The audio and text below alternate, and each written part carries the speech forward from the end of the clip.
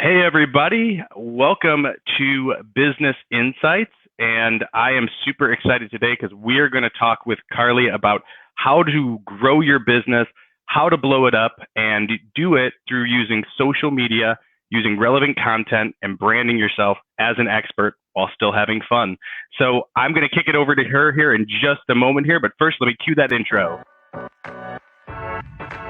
Welcome to Business Insights with Matt Milia. I'm your host, Matt Milia, and in this podcast, we'll talk about the real, raw, uncut business success secrets you won't find anywhere else. Follow my journey from entry level to CEO. We discuss real actionable items you can plug into your business right away. To subscribe to our weekly top tips, you can go to www.mattpodcast.com and join our community of elite high-level performers. And if you're interested in our inside sales company, you can go to www.appointmentstoday.com to jump on a free strategy call. And now, stay tuned for our podcast. Hey, all right, Carly, what's going on? Thank you so much for jumping on. Thank you for having me. Absolutely. Well, Carly, if you would, for everyone that's watching, tell everyone a little bit about yourself. Sure. I work in real estate. I have been in real estate really just coming up on 4 years, I guess 3.5 years. Work with a lot of buyers and sellers. I've been really lucky to be able to have the success that I've had in a short period of time. Yeah, that's about it. What else do you do in quarantine here is work. Oh, I hear you. You already got people following you and reaching out. I love it. So as far as I've been watching, just looking at some of your progression on TikTok is one of the ones that I find the most fun. But I've noticed that you're getting a ton of followers. You have a lot of video views. You are doing some of the things that most people kind of are just sitting there trying to figure out, how do I make this thing work? And you're still having fun with it while doing trending things and relating it to business, which is not an easy task. So for everyone that's watching, I mean, what are some things that you focus on to help you get more people to engage and, of course, ultimately create business? Yeah, there's a lot with that. I think social media, I started off in real estate as a server bartender. I've been doing that for 13 years. I didn't have a marketing budget. I didn't have any of that. I just had social media. I had my sphere. So I started off with social media, and I found really quickly starting on Facebook, and this applies to any business. I think anything that you're doing, be it real estate, landscaping, multi-level marketing, whatever it is, I think those posts where, real estate specific, who wants to buy or sell a house? Those get repetitive, they get passed over. So I started doing things like posting, what's your favorite kitchen? Here's 4 of them, A, B, C, or D. Way social media works, the more engagement something gets on any platform, the more people are going to see it. So that can apply to anything. You start doing that on Instagram stories. So on Instagram, I'll post a lot of things, like interesting things that happen throughout my day. There's a lot of, in any industry, there's a disconnect between what it looks like we do on TV and what we actually do. So I love to bring people into that. And then, TikTok is new, but I think it's a massive opportunity, especially, there's a mortgage lender on TikTok with a huge following. So TikTok in particular, it's getting into millennials, but it's big with Gen Z. And in a couple years now, Gen Z is going to be buying houses, and they're going to call that realtor that has been informing them on TikTok. You can get referrals. I think a ton of businesses, music artists, there's a lot of people just blowing up on TikTok, and that algorithm is really interesting. You get the right hashtag, the right song, you can really go viral. Which you've done. And it landed you on the news, which is really awesome. How did that happen? I mean, what was one of the things, like, was it just that they saw your post, or, I mean, obviously if enough people see it, it can go everywhere. So that listing was actually my best friend's house. Um, they, their family was growing. They wanted to move. They needed more space. So we went to the listing appointment, and I was not the first one to do something like that. They saw it online, and she was expecting at the time, and the theme for her whole pregnancy, baby shower, everything was dinosaurs. She has a theme for dinosaurs, all the whole baby shower was dinosaur themed. And she said, "Can we do this?" And I looked at the MLS rules and I said, "Yeah, I think so. I think we can." So we borrowed the costume. The photographer was amazing about it. And we took these pictures and they turned out better than I ever expected. I actually, I just posted the listing online. I put it on Facebook. And I went to sleep that night and I woke up and it had all these shares. And I had a couple Facebook messages from multiple local news channels. And then every other local news channel called me, wanted to interview the seller. So it really was something that like truly happened overnight. I had no idea how big and how far that was going to go. So right. that was a lot of fun. And of course the sellers were super happy. The buyers found the house from that, and they, were big dinosaur fans as well. So it's a fun story to tell. I still do it at listing appointments.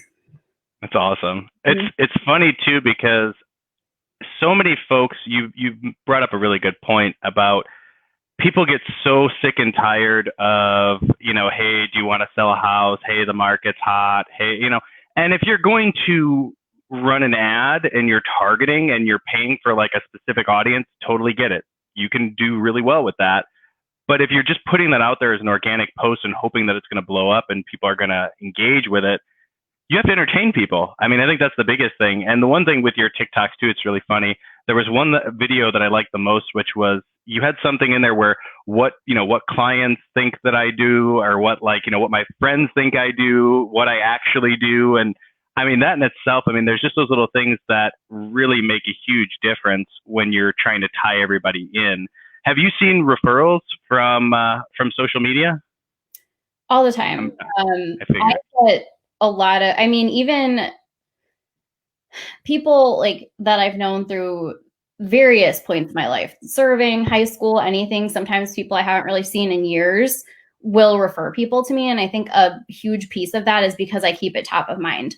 So you're not going to be raking in referrals overnight from social media posts, but it does take time. And over, the few years that I have been in the business, I have a lot of people who send business to me because I am the one that's connected with real estate agent when someone asks for one or when someone needs one.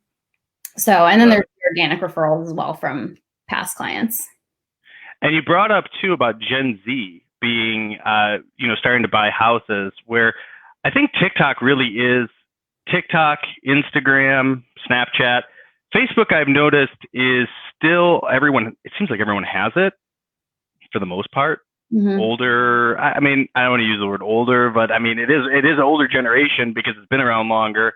It's still a great place to run ads. Have you ever tried running ads on TikTok? Ads on TikTok? No. They have the option to do that now. So I'm actually looking into that now as well. So you've built a lot of you've built the referrals through there. You brought up a really good point of it's not instant, it's not overnight. And I think that's what a lot of people think with social media. But I noticed too, a lot of people treat their social media almost like it's just some sort of sounding board where they just post randomness. There's no strategy. There's no rhyme or reason to it. Do you have a strategy that you like to use to engage people and, entertain them, but at the same time still say that you're a real estate agent? Yeah, I don't know that I have a set in stone strategy, but I keep it personal. Not super personal, but I still will, post things that are not business related. I try not to post anything that anyone's going to start an argument about. I just, right. Oh yeah. That's not what I want to do. And then, anything that's kind of interactive. So, and it's got to be organic. if I were to just put something like, hey, what's on your Thanksgiving table? I'm going to turn around and put something like, hey, you know what? I burnt the sweet potatoes this year. Like, post a picture of yours so I feel better about it. Like, something that it's going to make people laugh. It's real. Yeah. You got to get creative with real. it too, because there's, it's not like I'm traveling or doing anything like that. But yeah, I think you just got to stay relatable and, keep people wanting to read your posts, because the more people interact with it, that's how Facebook works. The more interaction it gets, the more likes, it's going to keep showing up in people's feeds. So true. And I mean, it's more, I mean, I tell friends, family members, hey, I got my show on, make sure you watch, even if you're not actively commenting or anything, just be on there to watch, because it boosts up the algorithm. And a lot of people don't realize that when it comes to just video and your posting in general. And something that I've noticed that I really like about the whole rhythm that you use, so you usually have like you'll have a few things that are like fun and they're personal, but they're not, like, you're okay with being genuine, with being authentic, without, and being a little vulnerable with certain things, like burning stuff or messing something up when you're cooking. So many people are like, oh, I have to paint this perfect image of myself on there. I think it makes you more likable and more relatable when you post the blooper reel, the things that like most people are too afraid to post. Would you agree with that? I think so. Yeah. And that TikTok you were talking about in particular, that was made up of a lot of, I work with a lot of investors too. So I go into some properties that are really like need a lot of work. And I've seen some really like interesting stuff and funny stuff and gross. And that, like, the number one thing people tell me when they want to get into this industry is like, oh, I love HGTV. I love doing, I'm like, well, that's cool. But like, what about the house that you have to like throw your shoes out after because it was right. so messy, or no one had lived there for a long time? So I posted that, and I had so many people that came to me and said, I had no idea that this is. Yeah. Did you really go into that house? I mean, you find a lot of people that will, that don't even believe that, like, how does someone live like that? But I mean, that's what happens with some of these investors and, houses that literally someone leaves and you're there to help sell it. So that's awesome. Now, you also specialize, I believe you said you do, in addition to, of course, the social media side, you work with a lot of first-time buyers, you get a lot of referrals. Is social media kind of the main driver of that, would you say? Yes, I think so. That, and just my age. So I'm 29. I bought my first property at 22, which is really uncommon. A lot of people start like late 20s, early 30s thinking about buying a house. I think that has a lot to do with it. But yeah, I do a lot of like posting in local groups and things like that, and that does tend to generate referrals. So a lot of friends and family and other like people that in the group are starting to buy houses, and now they're able to rely on you. Mm-hmm. That's awesome. Well, for everyone that's watching, I put Carly's site down here so that you can reach out to her directly. And of course, she can help you with buying a new house, selling a home. And I mean, this year, have you noticed, I mean, a lot more people are, of course, they're at home. So I think it's more relevant now than ever to have really great content out there to entertain. And I call it the 3 E's: entertain, educate, engage. If you can get someone to laugh and at the same time educate them, I think that makes a huge difference. I agree. I think like especially the home buying process can be so intimidating. And people, we get this reputation as like used car salesmen, or we're in it for commission. And we, the truth is that most of us are so genuinely involved in our clients' lives, and we care a whole lot, and it's a big deal to us.